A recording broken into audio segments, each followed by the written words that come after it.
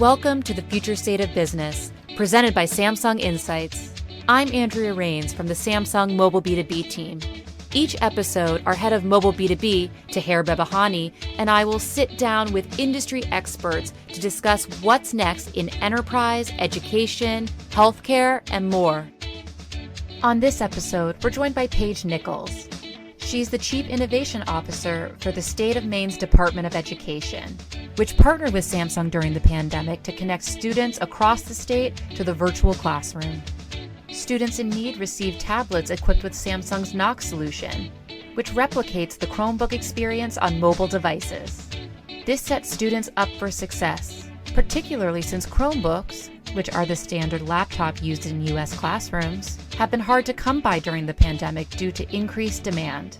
Paige discusses why partnerships, like the one between Maine and Samsung, are crucial to navigating COVID-era challenges, and shares what she thinks education will look like in the future. Hi, Paige. It's good to see you. Thank you for taking time to speak with me today. It's absolutely a pleasure. And we're speaking at a very interesting time. The elections, a pandemic, economic hardship and challenges. So sitting where you are, describe to me what are your thoughts and reflecting on our current situation. Yeah, thank you for having me. In trying to focus on what the opportunities are in the very challenging situation we're in, as you pointed out, I think one thing that has kind of buoyed me through this process is working with educators. Because when you're faced with students every day, whether or not they're before you in person or virtually, educators don't really have the choice to hide from what's going on. And we've seen in Maine, and I think across the nation, but certainly with the educators I work with here in the state, just unbelievable resilience and the ability to pivot from what they know and how they know how to deliver instruction to completely new ways. Educators are the heroes and the first, basically what I call the first responder, frontline support of our communities. Is extremely important. Walk me through the thinking in terms of how do you plan this? How do you get the insight or the thinking around what next? Who do you go to as educators to formulate your strategy? Throughout this process, our team, I work in the commissioner's office, and our team has met with them consistently to problem solve these things together. And I think one thing, which is maybe an opportunity out of all of this, is that we've been able to meet a lot more often with superintendents than we did previously, now that we're all remote and can hop on a Zoom call. And so I think that communication has been really important because we're problem solving those issues together. And one superintendent might have a really cool idea that they bring to the table that another hadn't heard of. And then we're taking all of that information and trying to develop guidance out of what we're hearing. And largely, our role is really to fill the gaps. Where do educators and administrators need support right now? And then that's the role of our department, is to try to fill that need as best we can. So I think it's we're looking for stakeholder input widely as we make decisions. We also have a student cabinet to the commissioner. So we have 32 students in grades 4 through freshman year of college in the state who work as an advisory cabinet to the commissioner. And they're a really great resource for us because we're hearing actually from the students who are experiencing this as young as 4th grade. So they've been a really great resource as well. We've also done focus groups with parents, teachers, counselors, school leaders. So we're really trying to get the full picture as we develop the guidance that we provide. So that's fantastic. It's almost as though you are creating a whole new business plan or startup for education, right? Getting input, understanding what the customer needs are, your student needs are, and then understand the gaps. So technology has become the mainstay of all of this. Give me your sense of where you were beginning of the year and where you are now in terms of some type of analogy. I mean, it looks like there's been so much change we never expected to happen so quickly. Give me some insight from that perspective. In 2001, Maine developed a program called the Maine Learning Technology Initiative. which initially provided one-to-one computing for all seventh grade students in the state. Obviously, almost 20 years later, that program has had to evolve. But what's nice about when we had to quickly respond to the immediate needs in the spring, we had an existing infrastructure for distributing this. So for instance, all of our school districts have a technology director. So we had that contact immediately. And so I think, in that way, compared with other states, we were well positioned to do this very quickly. We're currently working on, our team has spent the last year kind of re-examining the Maine Learning Technology Initiative, revamping it to meet the current needs, and we'll be rolling out version 2.0 in January. What are the main aha moments that you sort of see looking back in this last year, learnings that you would want to impart on others? We've learned a lot throughout the process, and we did it in phases. And the reason really for that was, we put out a survey to collect the information on where the needs were and how many. And then at some point we had to close the survey so that we could place orders. And as you well know, inventory was just like flying out of warehouses. And so we had to work pretty quickly. So we did it in a few phases in that way. So each subsequent phase, we learned a little more about what would help make this process truly supportive to schools. And I think it was largely around communication, because for instance, when we issued the devices in the first round, they just showed up at schools.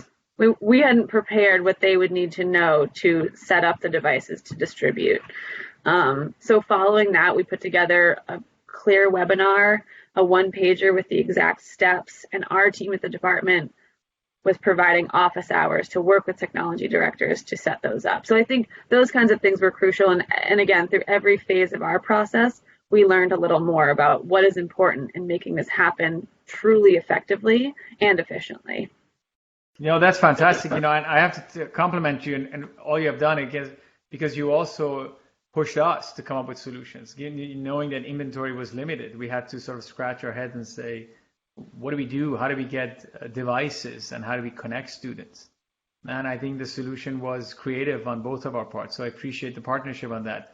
In terms of the how students end up using technology and how teachers are using it, tell me sort of the progression. Are they really becoming sort of extremely tech savvy? Is this becoming a normal routine that will persist after this phase is over, whatever we go after this? What are your thoughts on that? I think in the spring when these were issued, it was really the most important piece, in my opinion, was just that students were connected to the adults in their schools, and particularly students who are living in unsafe homes. I think just having that connection, whether it was a video conference or just voice conferencing, is really critical, and I would go so far as to say even life-saving in some cases. And so I think in the spring and the real emergency and urgency of it all, that was really the most important piece. I think beyond that, our MLTI program is really focused on how do we make this about really learning about the technologies and how to leverage what exists there. So that includes, a lot of professional development that comes with it. And knowing that computers now, a laptop computer or a tablet is what, when I was in high school, was a textbook. There's so many opportunities in that. That's an insight that I really appreciate you sharing. The connection and the word they used was life-saving. It's still powerful, right?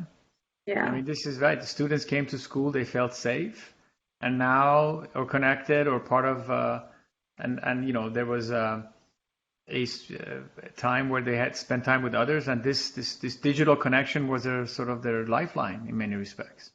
Yeah. And that opens a whole new sort of a thinking around what technology means to people, right? I mean, we knew it connects us on a basic level and of course on a productivity manner, but this is more of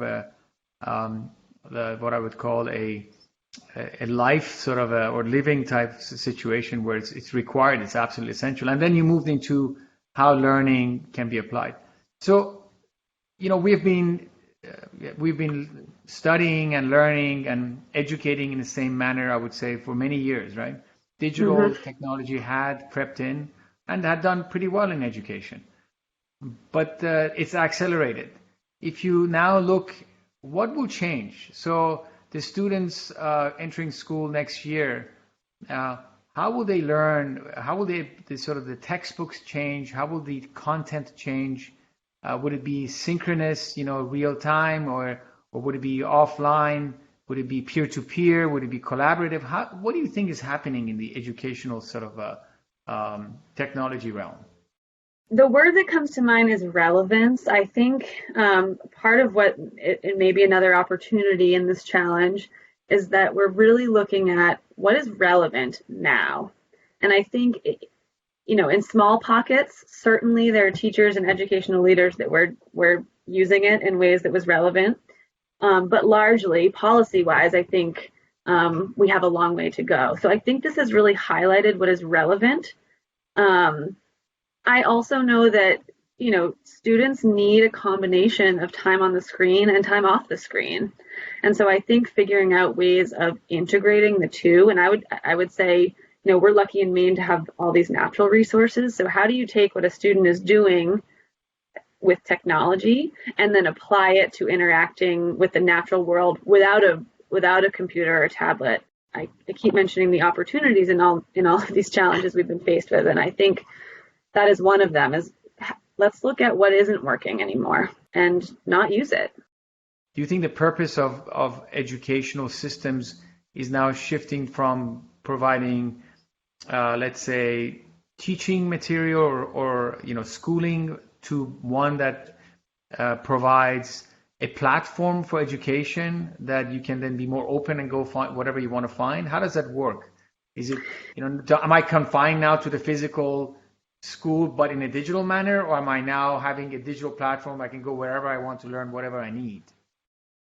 Yeah, I would go more to the second part of what you said, that it's really about facilitating learning. And I think, again, in smaller pockets, there are teachers that have been trying to make that happen, and certainly educational leaders trying to lead that work. But I think it's really become very obvious why that's necessary, that a teacher be a facilitator of learning.